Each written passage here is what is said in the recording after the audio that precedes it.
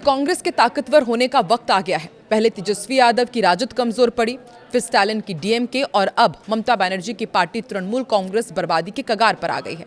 ये वही पार्टियां थीं जो कांग्रेस के वोट बैंक पर खड़ी हुई थी।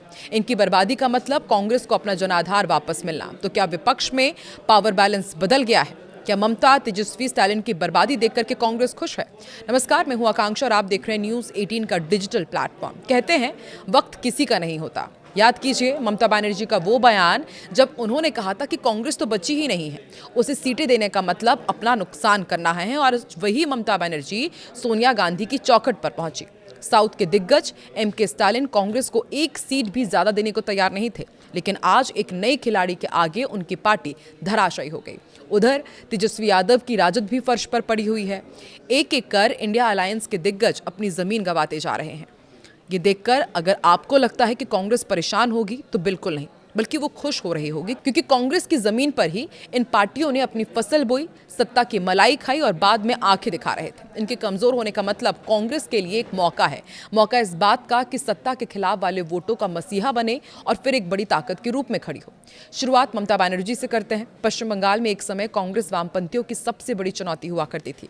1970 और 1980 के दशक में कांग्रेस का वोट शेयर 20 से 25% के बीच रहता था। 1972 में तो कांग्रेस सत्ता में भी थी, लेकिन कांग्रेस के भीतर से निकली ममता बनर्जी ने 1998 में तृणमूल कांग्रेस बनाई और फिर धीरे धीरे कांग्रेस का पूरा एंटी लेफ्ट वोट बैंक अपने साथ ले गई।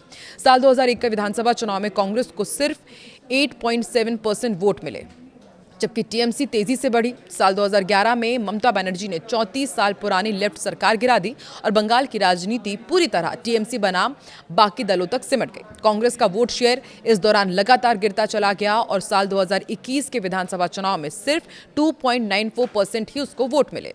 लेकिन साल 2024 के बाद हालात बदलने लगे। भाजपा के उभार, भ्रष्टाचार के आरोपों, शिक्षक भर्ती घोटाले और संगठनात्मक चुनौतियों ने टीएमसी की चमक फीकी की। और फिर साल 2026 के आते आते ममता इतनी कमजोर हो गई कि सरकार भी चली गई और पार्टी भी अब खंड खंड हो रही है। अब कहा जा रहा है कि सोनिया गांधी ने उन्हें कांग्रेस में विलय का ऑफर दे डाला है। जिस तरह उन्होंने कांग्रेस की जगह ली थी, उसी तरह पार्टी भी दबाव में है। अगर ऐसा हुआ तो बंगाल में कांग्रेस फिर खड़ी हो सकती है। अब जरा तमिलनाडु की बात करते हैं। तमिलनाडु में आज की पीढ़ी शायद भूल जाती है कि कभी कांग्रेस ही यहाँ की सबसे बड़ी पार्टी थी। आज़ादी के बाद लंबे समय तक कांग्रेस का दबदबा रहा। 1967 तक राज्य की राजनीति कांग्रेस के इर्द गिर्द घूमती थी। फिर द्रविड़ आंदोलन से निकले डीएमके ने कांग्रेस को चुनौती दी। 1967 में डीएमके ने कांग्रेस को सत्ता से बाहर कर दिया और फिर कांग्रेस कभी अपने दम पर वापस नहीं कर सकी।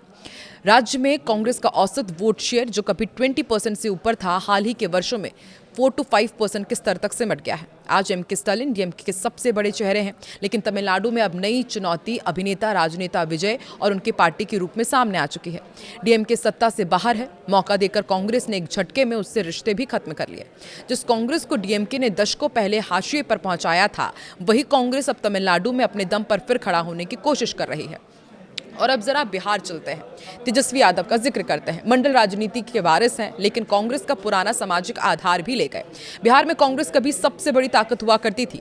1980 के दशक तक उसका वोट शेयर 30% से ऊपर रहता था। कई चुनाव में कांग्रेस 34% तक वोट हासिल भी करती थी। फिर मंडल राजनीति आई। लालू यादव ने सामाजिक न्याय की राजनीति को नया आकार दिया। जनता दल से निकले लालू ने 1997 में आरजेडी बनाई और कांग्रेस का मुस्लिम दलित पिछड़ा गठजोड़ अपने साथ ले गई। कांग्रेस बिहार में तेजी से कमजोर होती चली गई और आज तेजस्वी यादव उसी राजनीतिक विरासत के उत्तराधिकारी हैं। आरजेडी बिहार में कांग्रेस से कई गुना बड़ा पार्टी बन चुकी है। कांग्रेस का वोट शेयर साल 2020 में करीब 9.5% के आसपास था, जबकि कभी ये 30% से ऊपर हुआ करता था। लेकिन बिहार में बीजेपी के उभार ने आरजेडी को रसातल में पहुंचा दिया। इतनी सीटें भी नहीं मिली कि विपक्ष की पार्टी का दर्जा हासिल हो सके। बिहार में आरजेडी के कमजोर होने का मतलब सबसे पहला फायदा कांग्रेस को होगा, क्योंकि आरजेडी का बड़ा हिस्सा कभी कांग्रेस के ट्रेडिशनल वोट बैंक का हिस्सा हुआ करता था। अब अगली परीक्षा अखिलेश यादव की है।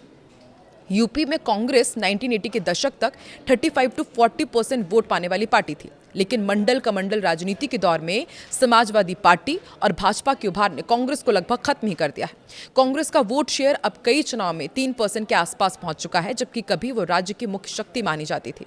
समाजवादी पार्टी का बड़ा मुस्लिम यादव आधार भी कांग्रेस के पुराने सामाजिक गठबंधन का हिस्सा माना जाता है। इसलिए यदि साल 2027 के विधानसभा चुनाव के बाद सपा कमजोर होती है या अखिलेश मनचाही कामयाबी नहीं हासिल कर पाते, तो कांग्रेस सबसे पहले उसी राजनीतिक स्पेस को वापस लेने की कोशिश करेगी। तो एक एक करके इंडिया गठबंधन के जितने भी कांग्रेस के साथी हैं वो कमजोर हो रहे हैं, और क्या इस कमजोरी का फायदा कांग्रेस को मिलेगा? कांग्रेस क्या पूरे देश में फिर से रिवाइव कर पाएगी? आपको क्या लगता है? कमेंट सेक्शन में प्रतिक्रिया जरूर दें।